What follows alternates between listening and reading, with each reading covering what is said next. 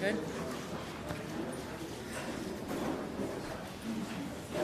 Good afternoon, everybody. Thank you so much for joining us this afternoon. We wanted to call this press briefing and meeting of some community members to give you a quick update on the situation that we've seen the last several days with the elevated precipitation levels that we've seen fall over the entire region, what we're seeing come in as far as water flow in several of our rivers and tributaries, and how they're impacting our state and the surrounding states and the entire Missouri River Basin. The situation we have today outside certainly is sunshine and clear and calm skies, but we do have a situation growing to where things are going to look worse before they get better. So we'll give you some statistics and some updates on water levels and how we'll be impacted. And we're going to hear from some of the gentlemen behind us as well with some more information we'll be able to use to make wise decisions to protect infrastructure, homes, and families over the next several days. Yesterday we talked about some of the predictions that we have for flooding levels throughout the state. We've already hit some of those levels as well. And people have asked me why the numbers are changing on some of the numbers that I'm giving you, and that's because we have several areas that we're intaking water into the Missouri River, into the Vermilion, the James, the Big Sioux, that those rivers and streams don't have gauges on them. So when the precipitation fell and it came into those rivers and is entering the ones we do have gauges on, it's just more water than we were able to predict at the time that we were giving you the information that we gave you yesterday morning. So as of already, the Big Sioux River gauge above Canton, it broke the old record by 1.7 feet.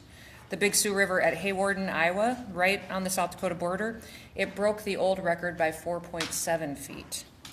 The Big Sioux at Akron, it broke the old record that was set by 1.8 feet.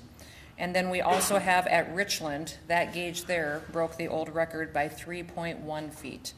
That tells you the significance of the situation that we're facing, is that we have a lot of these gauges that are upstream that have broken the old records of what they've seen for water flow before and water levels before, and it's come in our direction, and these numbers illustrate the situation that we're going to be facing for the next several days. The Big Sioux River at Sioux City is projected to set a new record of 42.2 feet at 1 p.m. on Monday as of right now. That is both a few feet higher and an earlier peak than what we were able to tell you yesterday. The James River at Yankton is already what we would consider at major flood stage, and we are opening an emergency operations center in Yankton as well. That flood stage is at 21 feet. That's currently right now at 20.8, but it will move to 21 feet. The river will hit 24.3 feet early on Wednesday morning, so it will continue to grow and to rise. The Vermilion River is projected to clear 30 feet overnight in the early morning hours, and it won't peak until Wednesday morning at 31.9 feet. That's a bit lower there for the Vermilion River than what we saw and we were able to tell you yesterday, but it's going to be a later peak. So as you can tell, several of these different rivers are at different levels, but most of it is indicating much more water than we anticipated just 24 hours ago based on what we're seeing coming in. These are serious flood levels. Everyone needs to take the situation seriously, and I hope you'll communicate with your neighbors and your family members to be prepared. We're calling for a voluntary evacuation of the Dakota Dunes area and asking the community members to do so and to remove themselves and their family and their belongings from those areas. And with those current projections that we're seeing, the community is also evaluating all the levee systems that we have with several of our different agencies and participation with information we're getting from the Army Corps of Engineers. Some of the actions that we're taking on different levees, with those of you who may be familiar with the levee systems that we have both in the Dunes area and in North Sioux City area, is that the Spyglass levee, we are adding 1-ton large sandbags to the top of that levee. Those are those HESCO accordion bags that will be filled with stands, and we'll be putting that on top of the Spyglass levee. We're adding Two Rivers Golf Course to that levee as well. And we're protecting the water treatment facility and the lift station in North Sioux City. And the Dunes area as well, calling for that voluntary evacuation. We're still evaluating additional actions that may need to be taken throughout the next day or two. I have several officials here from the Department of Public Safety and the Department of Transportation who are here in cooperation in the Emergency Operations Center, working with the local emergency managers and folks that are on the ground here in the community on a day-to-day basis. Yesterday, I signed an emergency declaration, an executive order that will give us an evaluation of these storms, but also allow us to start to pursue the documentation to pursue FEMA funding. And if you remember with FEMA funding, when we've done this before in the past, that allows us to collect the impact and the amount of loss that we have in the state. In order to qualify for FEMA funding, we have to hit $1.6 million worth of loss statewide. We will easily hit that. And 75% of the costs of that loss then is covered by FEMA. 15% of it is covered by the state, and then 10% is the local community. And that is how the 100% of total loss ends up being covered. But it's incredibly important that you document loss and that you document any financial impacts that people in the community have so that we can keep that information in order to submit that FEMA declaration. Now, the emergency order that I signed allows us to start doing that paperwork, but we are not going to wait for the federal government to give us an approval or to collect any of that information. We start taking care of things now and making sure that when we get that done, we'll follow through the process in order to get compensated. I want everybody to remember that if you have personal property loss, the person to contact is your insurance agent. That is someone that you need to be contacting right away. And then if we have farmers or ranchers in the area that are seeing losses, reach out to your local FSA, the Farm Service Agency office, or also your crop insurance agent. They are ones who will help you document that loss with those acres that have been impacted. Once we receive the authorization from FEMA, that will allow our local governments to pursue that compensation of the 75% from the federal government and then the 15% from the state with the 10% match from the local government.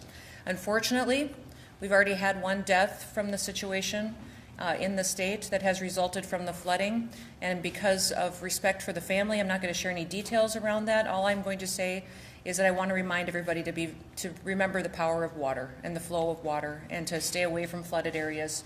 Keep your children and your family members out of areas and looking at situations that may seem like something they haven't seen before, but it's incredibly dangerous for them to be anywhere near this kind of water flow that we're seeing today and that we're going to see for the next several days. We're in for the peak to hit starting tomorrow, and we're going to continue to deal with that. We know through Wednesday night in different areas, and so we've got a few days in front of us here that'll be a little rough, but we'll get through it together and do the very best that we can to protect as much infrastructure and homes and families as we possibly can. So I do want to introduce a few other speakers that will share some information with you. I think you're all familiar with Jason Westcott. Jason is the emergency manager here in Union County and has done a fantastic job partnering with us. If you remember, the emergency managers in every county in the state are the contacts in situations like this.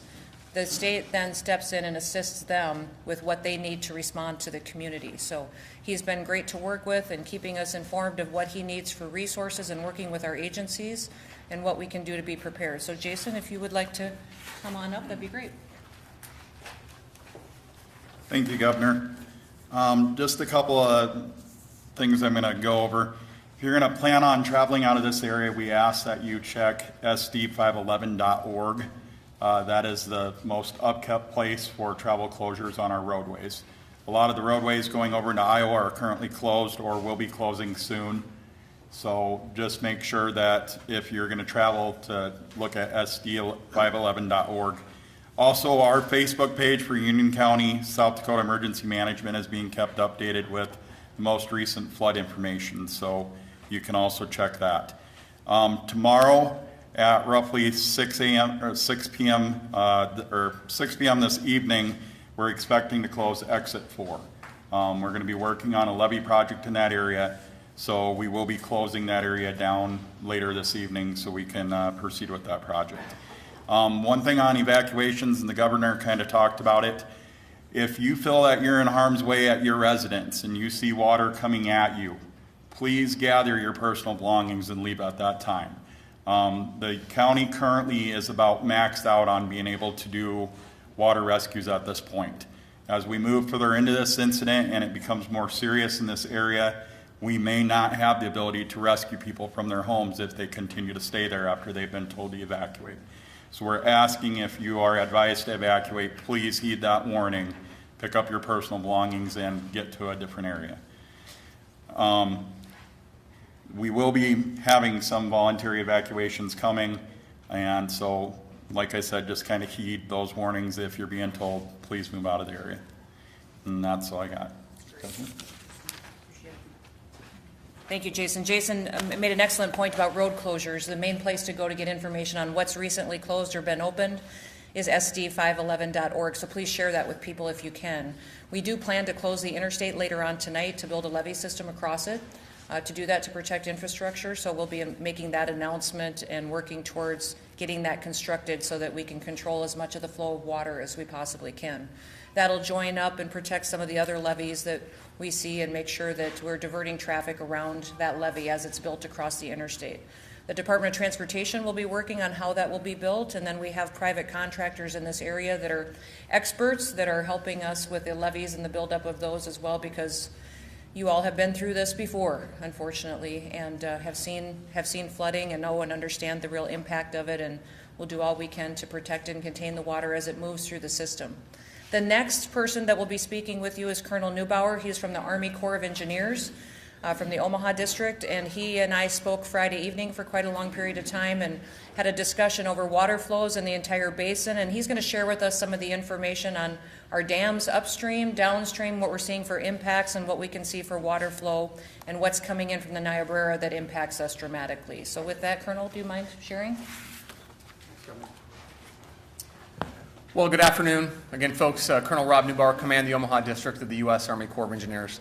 This sharp-looking man to my right is John Remus. He heads up our water management for Northwestern Division, and he's going to come up here a little bit later and talk about the specifics about flows in and flows out. So first, sympathies from our agency to the communities that have been affected and that will be affected. We're here to let you know that the resources that our agency provides, whether it's technical assistance, liaison officers, we're here, and we'll do whatever we can in support of the governor and her efforts. And so I think it's important to start off by saying, as we look at north central Nebraska, southeastern South Dakota, and northwest Iowa, we've had a tremendous amount of rain over the last 7-8 days. And I think the National Weather Service has categorized it in upwards of 600% of average, all right? And so that's what's really contributing to kind of the numbers that Governor Noem talked about, right? We're talking about historic flows on unregulated tributaries into the Missouri River. And so how does the U.S. Army Corps of Engineers come into play here?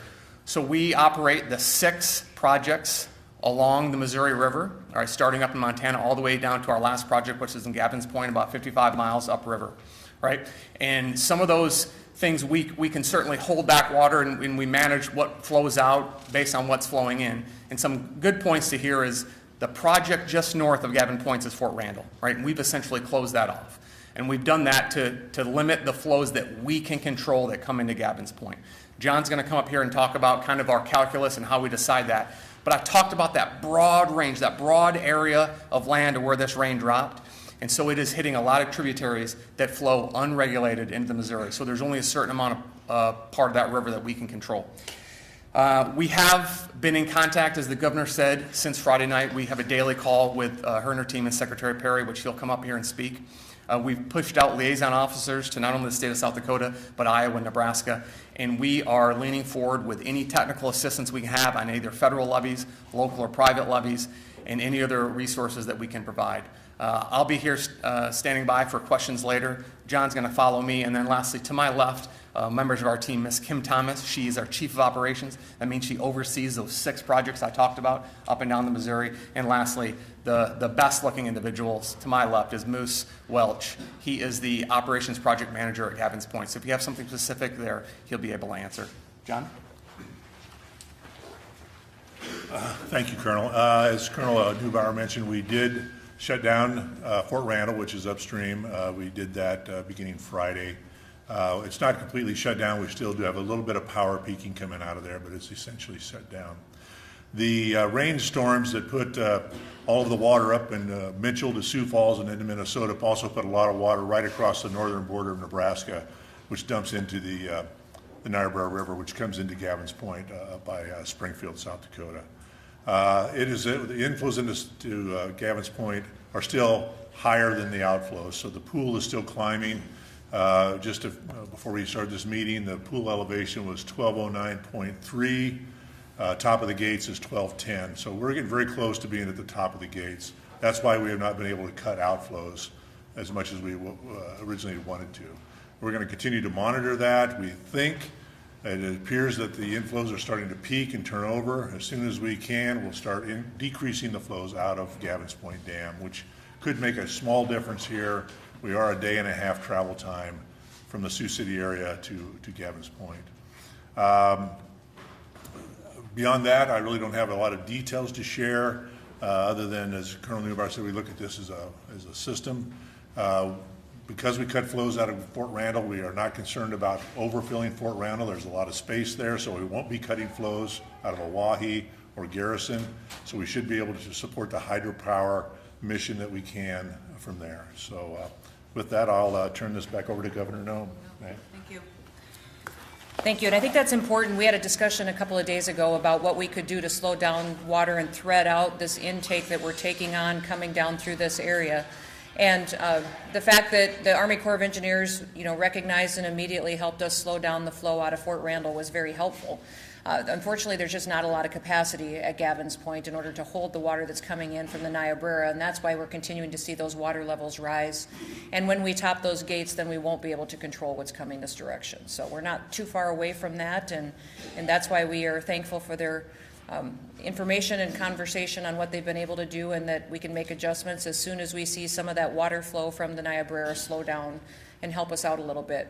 Now, remember, the Department of Public Safety is under the state of South Dakota. Secretary Bob Perry is going to come up here and speak right after me. Within the Department of Public Safety is the Office of Emergency Management, and that office is what responds and supports county emergency managers, helps us in situations like that. They have teams on the ground in several different communities right now helping with this flooding situation, and I'd like Secretary Perry to come up and give you all a quick briefing on what he and his team are doing to help support some of the efforts in this area as well. Bob? Thank you, Governor. So the Governor said, I'm Bob Perry, Secretary of Public Safety. I've been in the region now, southeast part of the state, for the last 3 days, helping to monitor what's going on. A number of members of my team from the Office of Emergency Management have also been here in various communities. Now we've asked a IMAT, it's called, team to come in. So it's an Incident Management Assistance Team, and we've asked them to come in to assist Jason with coordination, logistics, those types of things. They're the group that'll have the setup package for the Emergency Operations Center. And what they're designed to do is kind of be the backbone for Jason, to help him to free up some of his time, and we'll help do the coordination, logistics. A couple other things I wanted to bring up. They already said 511. Please check 511. But monitor your social media, the news, those things. Please don't call 911 or dispatch to find out what's going on. You can overload the lines, and we need those lines for emergency services. So that's what I want to ask you. Like I said, your local dispatch centers probably aren't going to have much more information than you can find on our social media, which is the DPS social media. We're kicking out. We're repeating what the local social media is kicking out. So keep an eye on that and be safe. As the governor said, we've had one death. Water's dangerous. As Jason said, if you see water getting to your house, towards your house, get out. There's been a few water rescues we've had to do already, so what his team had to do. And we thank South Dakota Game Fish and Parks for helping in that. So that's all I have. Yeah, we do appreciate Game Fish and Parks and their conservation officers. Many of them slept in their vehicles overnight in different areas to be there so that they could monitor and make sure people were safe around a lot of these rushing waters that we're seeing, and help support law enforcement efforts to keep people safe. Next, we're going to have Craig come up. Craig Smith is with the South Dakota Department of Transportation. They've been working quite a bit on road closures and flagging people through areas and diverting traffic around to safer routes in order to get people where they need to go. He'll talk a little bit about their efforts on fixing some of the roadways that have already been damaged, or what they're doing as far as potentially securing other roadways and routes, and information that will be helpful to the public that you can share with other people that might be interested, that are traveling through this area. So Craig? All right, thank you, Governor. Craig Smith, Director of Operations for DOT. I will give an update on, as was explained, Exit 4 is part of the levee system that protects North Sioux City, so we are coordinating with North Sioux City to construct that levee. It will require a full closure of Interstate 29, and we're anticipating 6 o'clock tonight or somewhere around then that it will be a full closure. So from Exit 2 to Exit 9, there will be no traffic allowed. We are working with Iowa DOT and Nebraska DOT to reroute that interstate traffic. Would leave Iowa at exit 144, go through Vermillion, get back up to Highway 50, and then back over to Interstate 29. We will be putting out a lot of messaging on that, like through our social media, 511 as well. With that. And so the other thing with exit 4, there will be a lot of work going on. I know the city's got work to do on the levee. They will have equipment in there. We're going to need to have equipment in there. And so that area will also be difficult to maneuver around. So we'd ask you to kind of stay away from that. So kind of that exit 2 to exit 9 will be completely blocked off until we see what the water gets to and then recedes, and then we can remove and open Interstate 29 back up again. It has been mentioned 511 is an excellent source to get your travel information. There are still many highways that are underwater or impacted by the flooding, remain closed, and they are barricaded off. So if you are traveling and come across barricades, do not move those barricades. Think you can drive around. The barricades are there for a reason, to protect the people that are out there and the drivers. So again, respect those barricades are there for a reason to keep people out. And so use 511. Plan your travel, social media. We will be providing updates throughout, as well as we do this closure on Interstate 29. We'll be getting some detour information out and continuing that line of communication. So 511, our social media would be great places to be looking. So thank you. Great. With that, we can open it up to any questions that you may have, and I want to remind you that we are going to continue to see peak flows here starting tomorrow through Wednesday at different portions of the river.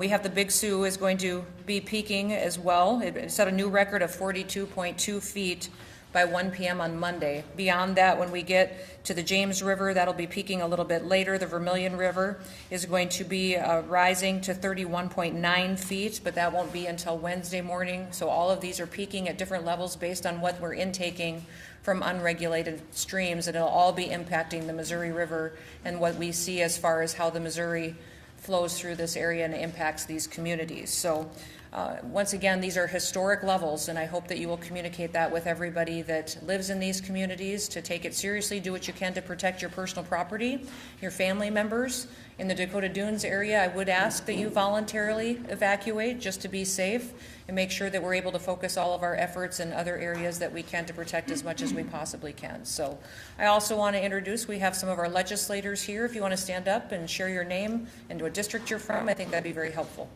Hi, Bill. How you doing? Good. Bill Shorma, District 17 representative, and I want to give a shout out to the CID Board of Directors. They've probably put in 8 hours in the last 2 days working on looking at things, and there's a lot of experience in that room from the 11, 14, and 19 tree floods. In 19. And they have a lot of good insight, so they've been working well with that team. Yeah, the historic knowledge that we've had has been really incredible from CID, and to help have that kind of perspective. Those who've gone through the 2011 floods, then the 2014, and the most recent 2019. I see Jeff's got his head in his hands, but we've been around a while too, so we look like we've been a little hard on you. But anybody have any questions? Yes. Nice fireworks. I can see closing it, if they have to close exit 4. But there's not even any water there. Why do we have to close at 6 o'clock? This is when I make my money. And I like it. You let They're closing at 6 o'clock. They don't want to say what we did. The reason that we're closing it at 6 o'clock is towards the evening hours, where we can construct a levee that's going to be strong enough and built correctly so that it can withstand the water flow when it comes. We need that kind of time frame in order to build a levee that is going to be adequately strong enough to take the force of this water that could be coming. I'm wondering about, like, with 11, we got to put the nice, okay, you go across my property and all that, and give it permission. We didn't even have any water. They were 2 blocks away. Yeah. That's what I don't want. Yeah. No, I understand that.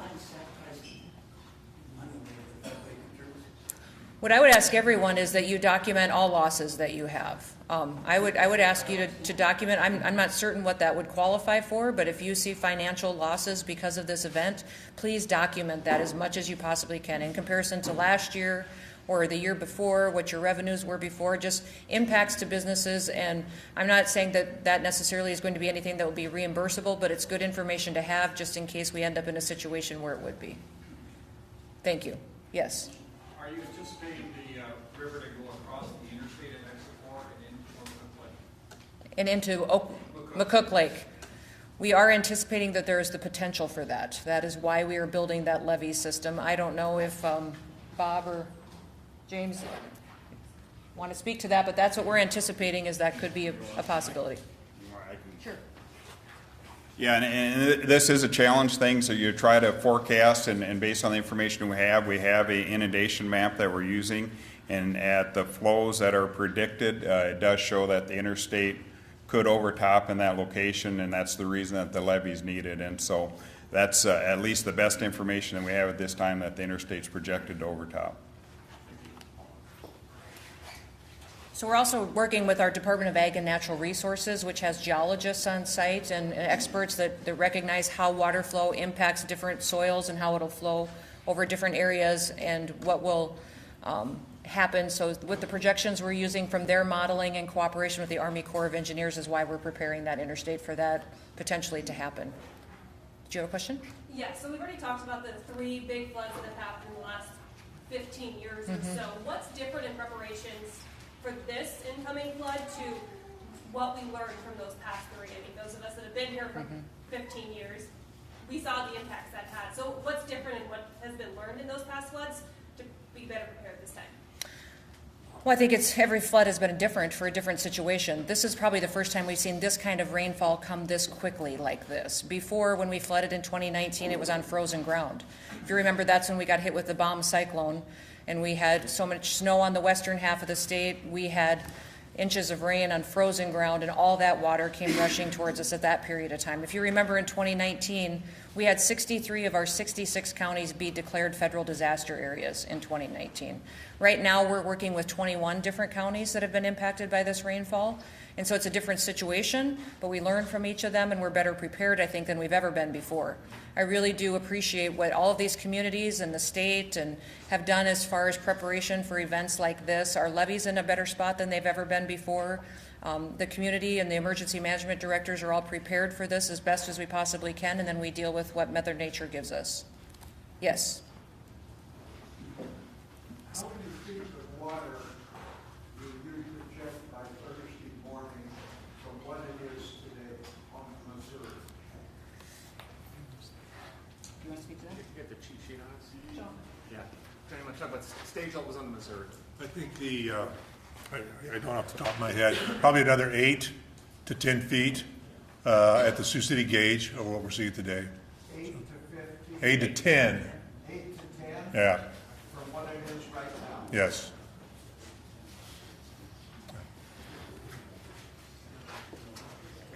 Sydney, do you want to introduce yourself?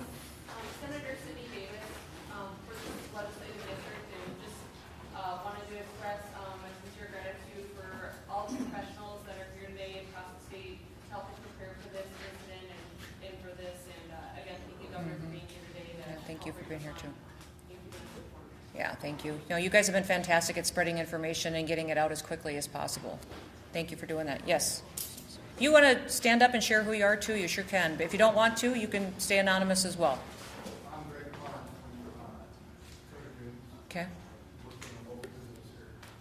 Wanting to know if there's any representation from CID here today, Is there any CID members here today? Right here?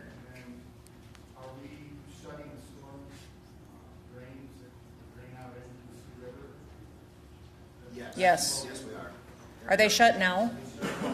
They're closed right now, and they are shut now, and they'll stay. Pumping plan as we have in the past. Yeah. They're going to follow their plan like they have in the past with the storm drains. Yep. Yes, sir. Dirk Laurie with Cook Lake Association.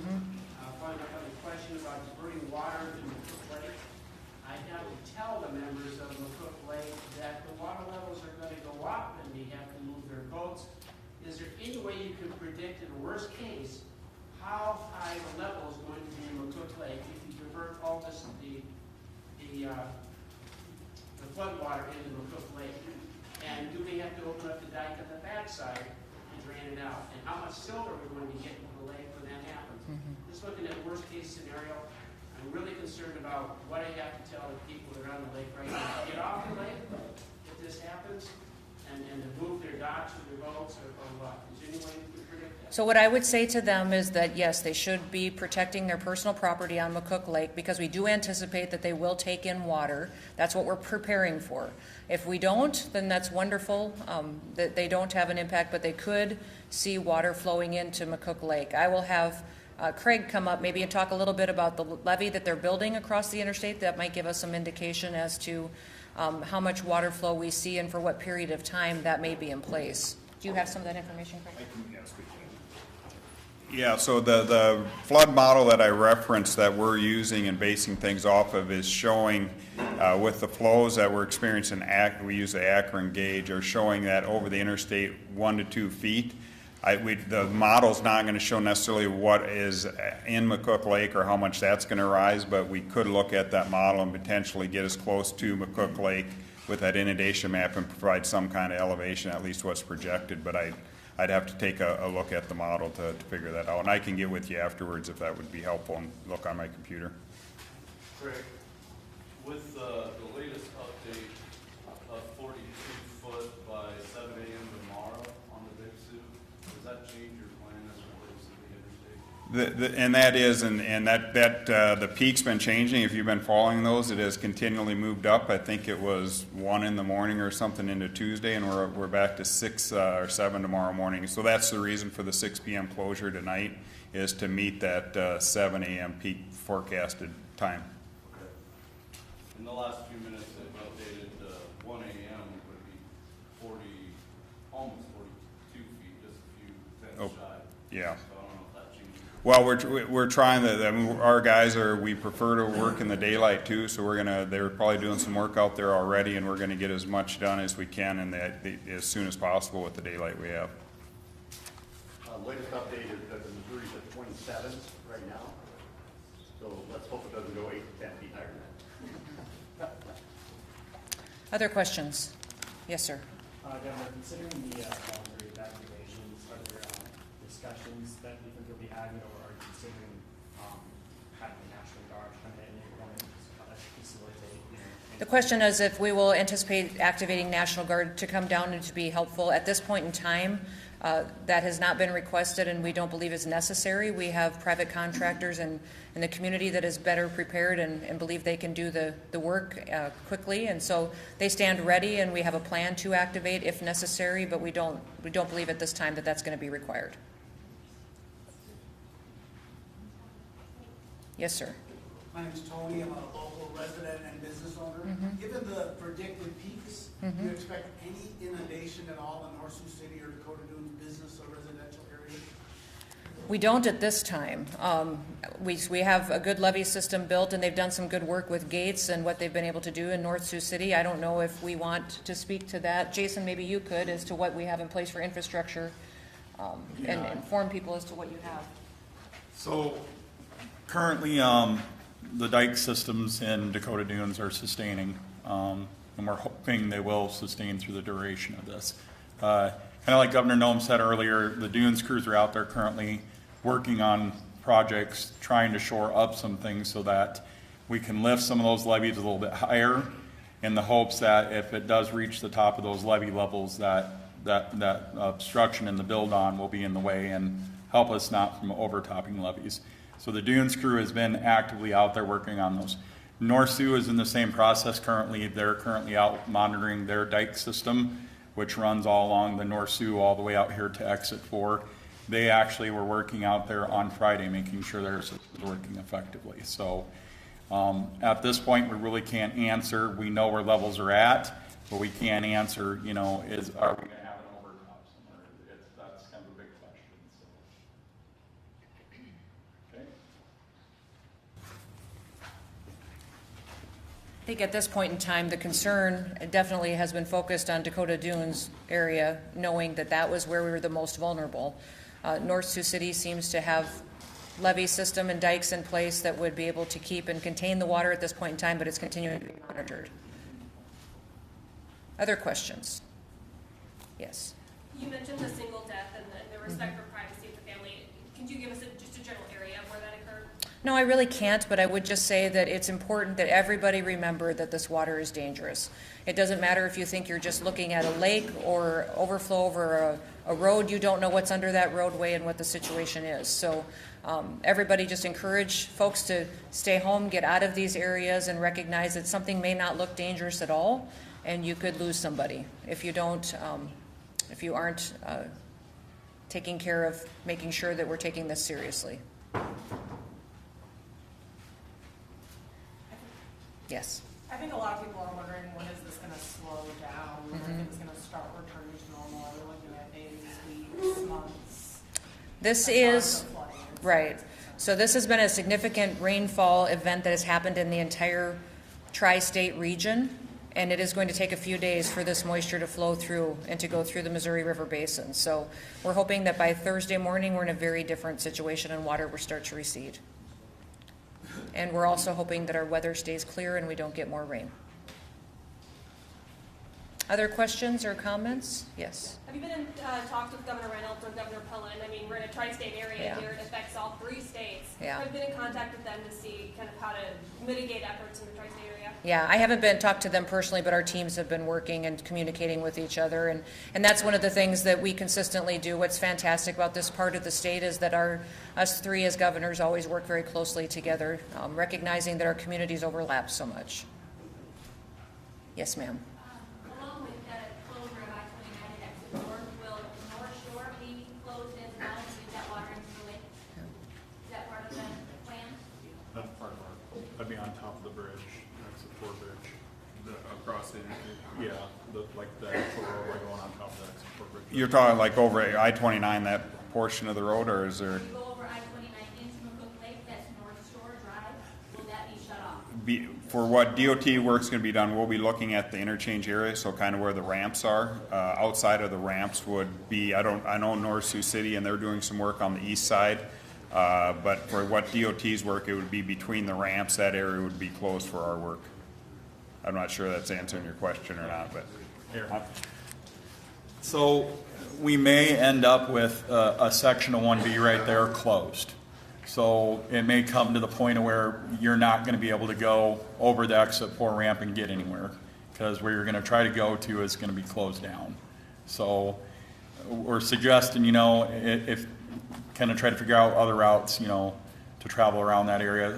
In 2019, a lot of the traffic was using the sub-roads going through North Sioux instead of going out to the interstate. So, because probably what's going to happen is once North Sioux starts building their levee, it's going to extend over towards the interstate, and it probably will close off a section of 1B. So. If water gets to McCook Lake, will residents near the floodplain be provided with sandbag? We do currently have a sandbag station set up in Elk Point at the Highway County shop. So there is a lot of sand up there and a lot of sandbags. So if anybody needs sandbags or wants the sandbag, there's a self-serve station set up in Elk Point at the County Highway shop on Rose Street. Hopefully Okay. for you. Okay. Is there a risk of the dunes losing power, losing sanitary sewer, losing any of that? We saw it in Northwest Iowa yesterday in many communities. Is that a concern? It's always a possibility, but not at this point. We're not projecting that. So. Okay, any further questions? At what point would you mandate an evacuation? When it becomes dangerous and we recognize that water levels are higher than what we're anticipating today. So I would encourage everybody to continue to follow sd511.org. Continue to pay attention to your news and our social media pages. The lead agencies are always your community emergency management. Jason is your lead for this response, but we come in and support as a state and give him resources that he needs to respond. So our Department of Public Safety has the Office of Emergency Management that you would want to follow as well. And then, of course, as the governor, we will on our social media pages be sharing all the information as well, and you can always reach out to our office as well. We've got 6 or 7 different agencies that are actively engaged and involved down here helping to respond, from our Bureau of Information and Technology as far as getting information out, game fish in parks. We've got public safety, the Department of Transportation, and multiple others. And we've got many of our Department of Health and Department of Social Service agencies that have volunteers and folks that are down here helping people sandbag as well. So continue to stay tuned to that in your local news, and we'll keep you updated as much as we possibly can. Yes, sir.